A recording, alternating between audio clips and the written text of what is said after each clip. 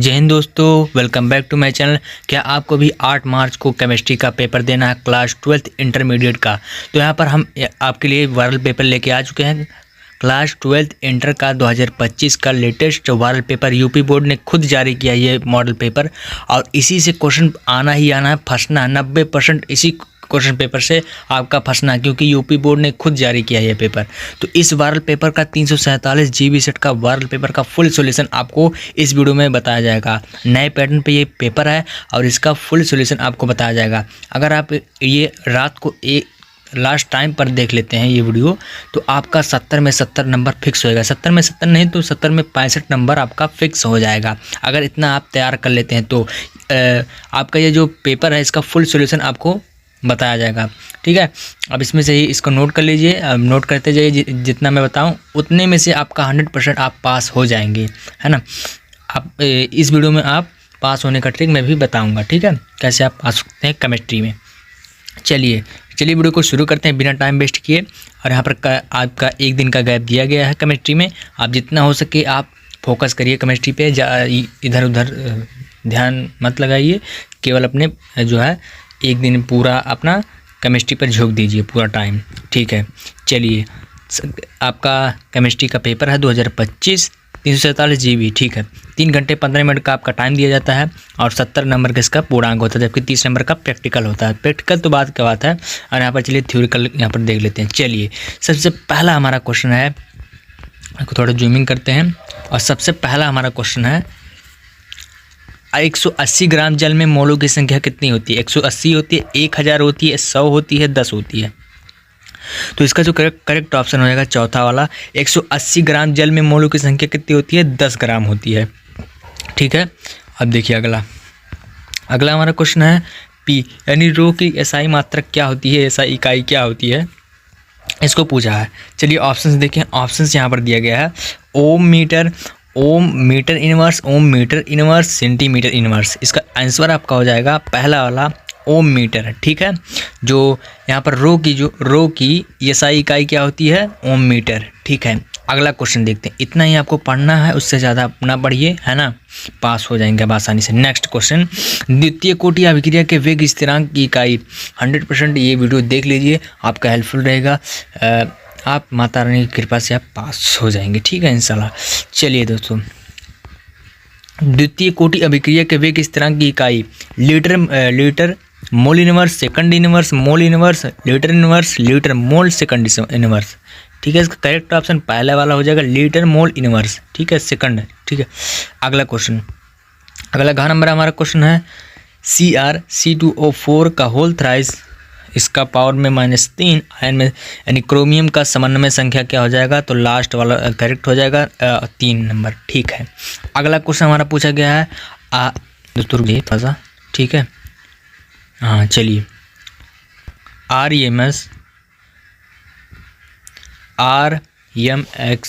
RMGX जल अभिक्रिया कब बनता है?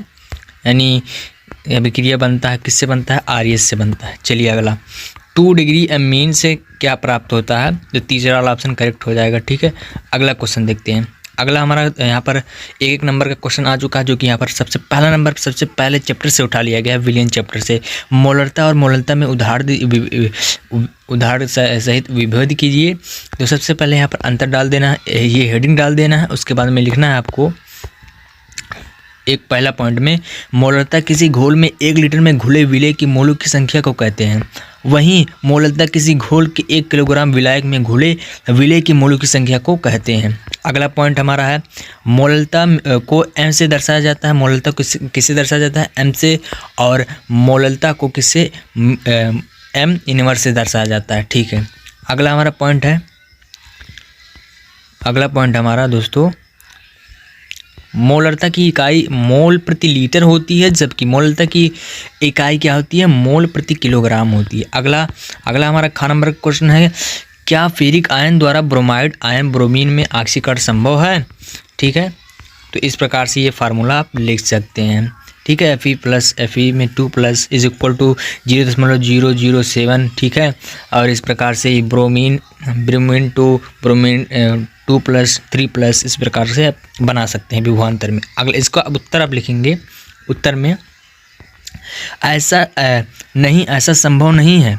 कोई भी अपचायक अपने से कम इलेक्ट्रॉन विभव को ऑक्सीकृत करके अभिक्रिया कर सकता है, परंतु अधिक इलेक्ट्रॉन विभव को ऑक्सीकारक के अभिक्रिया को नहीं करता। ठीक है, अगला हमारा क्वेश्चन है, मतलब उसी का अगला पार्ट है। स्पष्ट कीजिए कि Fe3+ Fe2+ इलेक्ट्रॉनों के विभव Br2 यानी ब्रोमीन और Br से कम इलेक्ट्रॉन विभव क्या हो सकता है। ठीक है, चलिए यहाँ पर अगला हमारा क्वेश्चन है, किसी अभिक्रिया के वेग स्थिरांक को समझाइए। उत्तर लिखेंगे, किसी अभिक्रिया के वेग स्थिरांक उस समय अभिक्रिया के वेग के बराबर होता है जब सभी अभिकारकों की सांद्रता की इकाई हो।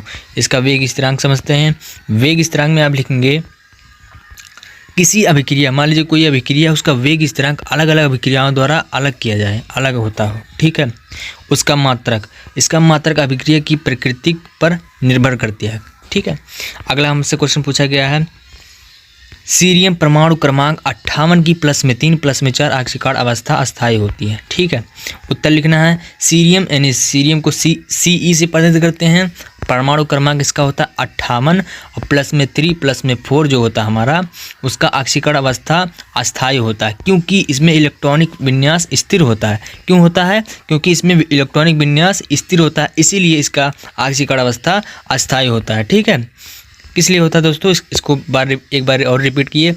जो +3 और +4 है, ये ऑक्सीकरण अवस्थाएं अस्थायी होती है। क्यों होती है? जबकि इसमें हमारा इलेक्ट्रॉनिक विन्यास स्थिर होता है, इसीलिए हमारा ऑक्सीकरण अवस्था अस्थायी होता है। ठीक है दोस्तों, चलिए अगला पॉइंट हमारा है, सीरियम +3 ऑक्सीकारक अवस्था में इलेक्ट्रॉनिक विन्यास Xc कोष्टक में है F4F इनवर्स हो जाता है। ठीक है, अगला पॉइंट यहाँ पर लिखेंगे हम, सीरियम में उपकोषों का ऊर्जा क्रम 4F5D इस प्रकार से आप लिखिएगा। ठीक है, और इसमें मुक्त होकर 6s इलेक्ट्रॉनों के साथ +3+4 ऑक्सीकरण अवस्थाएं व्यक्त किया जाता है। मेन पॉइंट समझिए, बस कोई डीपली से समझना नहीं है, बस आप बना के लिख सकते हैं, उससे रिलेटेड आपको स्टेप मार्किंग द्वारा नंबर दिया जाएगा, है ना। चलिए अगला पॉइंट, सीरियम एक रासायनिक तत्व लैथेनाइड के रूप में वर्गीकृत हो जाता है, कमरे के तापमान पर यह ठोस होता है। तीसरा नंबर का क्वेश्चन है, समन्वय संख्या को उदाहरण सहित स्पष्ट कीजिए। समन्वय संख्या का मतलब क्या होता है? किसी परमाणु से जुड़े कुल परमाणुओं के आयनों के अणुओं की संख्या, इसके लेगेंसी भी कहा जाता है। जैसे समन्वय संख्या का मतलब क्या होता है? किसी परमाणु में जुड़े कुल परमाणुओं के आयनों की अणुओं की संख्या जो होती है, उसे लेगेंसी भी कहा जाता है। ठीक है, चलिए इसकी कुछ उदाहरण देख लेते हैं। उदाहरण के तौर पे आप देखेंगे मीथेन यानी CH4, मीथेन आप समझ सकते हैं। समन्वय संख्या क्या होता है? मीथेन होता है, कार्बन होता है और इसकी संख्या 4 होती है, इसलिए इसको कार्बनिक और 4 हाइड्रोजन परमाणुओं से बांधा जाता है। जैसे देखिए बीच में कार्बन है, इसके 4 साइड में 4 हाइड्रोजन है, इस प्रकार से इसको हम क्या कह सकते हैं? समन्वय संख्या कह सकते हैं। ठीक है, समन्वय संख्या का संख्या कितना होता है? 4 होता है, और इसको बीच में हमारा कार्बन रहता है, जैसे कि बीच में कार्बन है और साइड में 4 हाइड्रोजन यहाँ पर लगा दिए जाते हैं, इसको क्या कहते हैं? समन्वय संख्या कहते हैं। ठीक है दोस्तों, आशा करते हैं आपको समझ में आ गया होगा। अगला हमारा पॉइंट है, अगला क्वेश्चन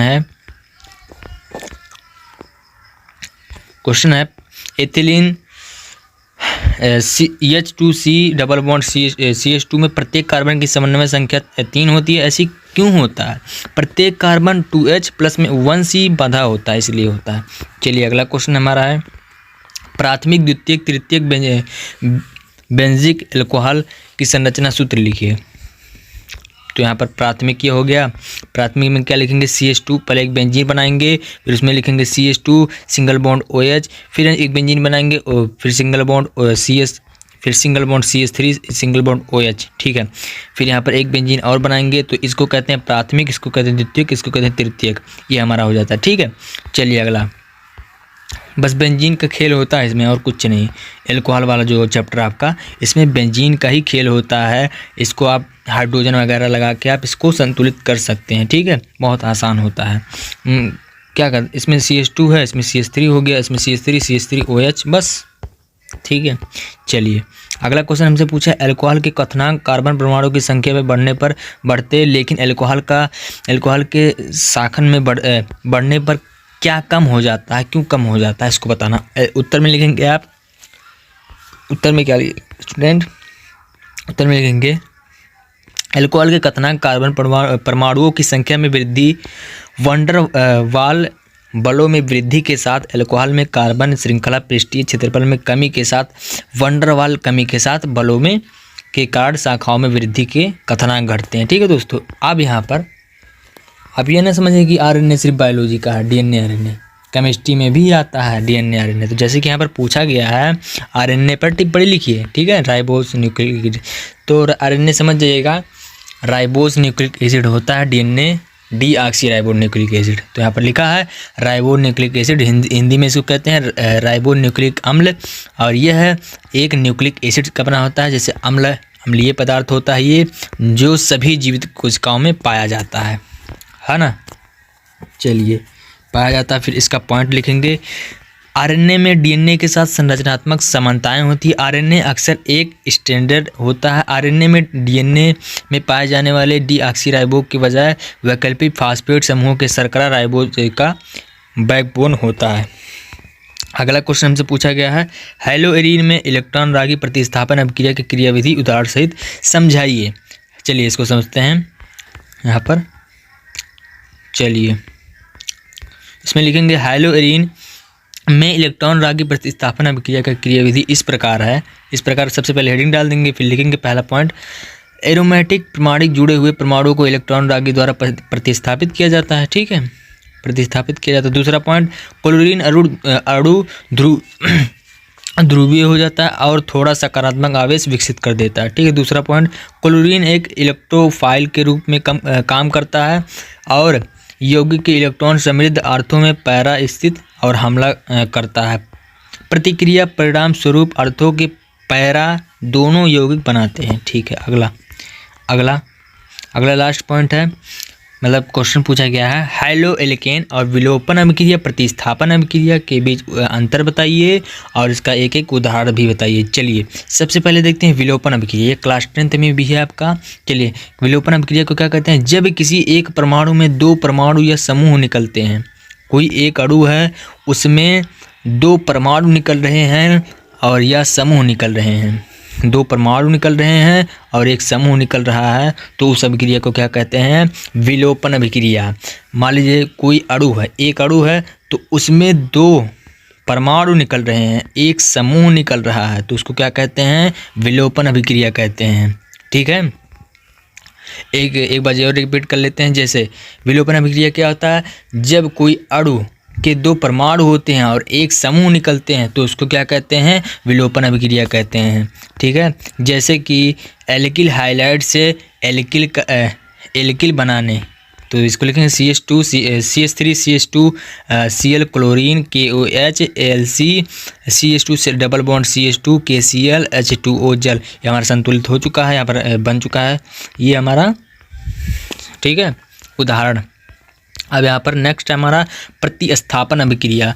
हैलोएल्केन के नाभिक स्नेही प्रतिस्थापन अभिक्रिया होती है। यह अभिक्रिया दो प्रकार से होती है, SN1 और SN1 SN2 मोस्ट इंपॉर्टेंट है। चलिए इसको पॉइंट वाइज समझते हैं। सबसे पहला पॉइंट, प्रतिस्थापन अभिक्रिया में किसी अणु या आयन में क्रियात्मक समूह को दूसरे क्रियात्मक समूह में प्रतिस्थापित किया जाता है। प्रतिस्थापन अभिक्रिया को एल्कल विस्थापन अभिक्रिया भी कहते हैं। प्रतिस्थापन अभिक्रिया को क्या कहते हैं, एल्कल अभिक्रिया भी कहते हैं। प्रतिस्थापन अभिक्रिया कार्बनिक रासायनिक विज्ञान के प्रमुख महत्व हैं। ठीक है, अगला पॉइंट है प्रतिस्थापन अभिक्रिया के एकल विस्थापन अभिक्रिया भी कहते हैं। प्रतिस्थापन अभिक्रिया कार्बनिक रासायनिक, ये तो हमने पढ़ा। ठीक है, अगला हमारा क्वेश्चन है फिनॉल, मोस्ट इंपॉर्टेंट लगातार रिपीटेड क्वेश्चन है। फिनॉल से निम्नलिखित प्राप्त करने की क्रिया की रासायनिक समीकरण लिखिए। इसको लिखेंगे सबसे पहले हमारा क्लोरोबेंजीन आ जाता है, तो क्लोरोबेंजीन में आप लिखेंगे Cl, एक बेंजीन का ही खेल होता है। एक फिनॉल चैप्टर, हैलोएल्कीन कार्बोक्लेसिक जो आपका चैप्टर है, इसमें बेंजीन का ही खेल होता है, मैं आपको बता देना चाहता हूँ। तो बेंजीन को आप अच्छे तरीके से समझ लीजिए, कैसे बनाना है, कैसे उसमें हम बॉन्ड के साथ कैसे जोड़ना है हमारा यहाँ पर तत्व है। जैसे यहाँ पर एक बेंजीन बना है, इसमें एक तत्व जोड़ दिया गया है क्लोरीन, ठीक है, NaO, फिर NaOH क्षार 623 कैलोरी पे हमारा यहाँ पर रिएक्शन कराया गया है, तो हमारा प्राप्त हो जाता है एक benzene ONA plus NaCl sodium chloride और यहाँ पर जल प्राप्त हो जाता है, ठीक है। फिर लास्ट में लिखेंगे, इसको यहाँ पर ले जाएंगे NaO प्लस H2O को मिला देंगे जल को, ठीक है। फिर यहाँ पर जल अपघटन कराएंगे Na माइनस के साथ, ऋणात्मक के साथ और प्लस H हाइड्रोजन के साथ, तो फिर हमारा क्या बन जाएगा, फिनॉल, ठीक है। अगला हमारा आ जाता है एनिलीन। एनिलीन में क्या करेंगे, NH2 ठीक है, अमोनिया, NaNO2 प्लस HCl, है ना, हाइड्रोक्लोरिक एसिड के साथ यहाँ पर हम रिएक्शन कराएंगे तो एक बेंजीन के साथ OH हमारा बाहर आ जाएगा प्लस N2 प्लस H2 जल, तो वहाँ पर हमारा फिनॉल प्राप्त हो जाएगा। बेंजीन में कैसे प्राप्त करेंगे, एक बेंजीन बनाएंगे Cl2, फिर HCl ऋणात्मक में रिएक्शन कराएंगे तो हमारा बेंजीन क्लोरीन प्राप्त होगा। फिर उसके साथ हम रिएक्शन कराएंगे NaOH 300 डिग्री सेल्सियस पर गर्म करेंगे तो हमारा यहाँ पर फिनॉल प्लस सोडियम क्लोराइड प्राप्त हो जाता है, ठीक है दोस्तों। अब यहाँ पर आ जाता है मेन पॉइंट, अभिक्रियाएं। निम्नलिखित अभिक्रियाओं के रासायनिक समीकरण लिखिए। अगर आप डिमांड करेंगे तो अगला वीडियो यहाँ पर हम जो मोस्ट इम्पॉर्टेंट अभिक्रियाएं हैं उसको हम बना देंगे, ठीक है। चलिए दोस्तों, तो यहाँ पर स्टीफन अभिक्रिया, गटरमान कोक अभिक्रिया काफ़ी इम्पॉर्टेंट है। हाँ, ये आ जाता है न्यूमेरिकल, इसको भी आप प्रैक्टिस कर लीजिएगा, स्क्रीनशॉट ले लीजिएगा, ठीक है। अगली वीडियो में यहाँ पर इसको हम बता देंगे। देखिएगा इस प्रकार से ये पूछा गया, लैंथेनाइड अंकुचन का व्याख्या कीजिए, काफ़ी इंपॉर्टेंट है। उपसंयोजक यौगिक बंध सिद्धांत लिखिए इसका, यानी IPSC नियम का। अगला क्वेश्चन है राउल्ट के नियम, मोस्ट इंपॉर्टेंट है राउल्ट का नियम, हेनरी का नियम, है ना। इस नियम के आधार पर विलय के मोलर द्रव्यमान की परिकल्पनाएं व्यंजक प्राप्त कीजिए, काफ़ी इंपॉर्टेंट है और लगातार पूछा जाता है, ठीक है। यहाँ पर न्यूमेरिकल हो जाता है, न्यूमेरिकल मोस्ट इंपॉर्टेंट है, 5 अंकों का पूछा जाता है न्यूमेरिकल, तो इसको जरूर से तैयार करना।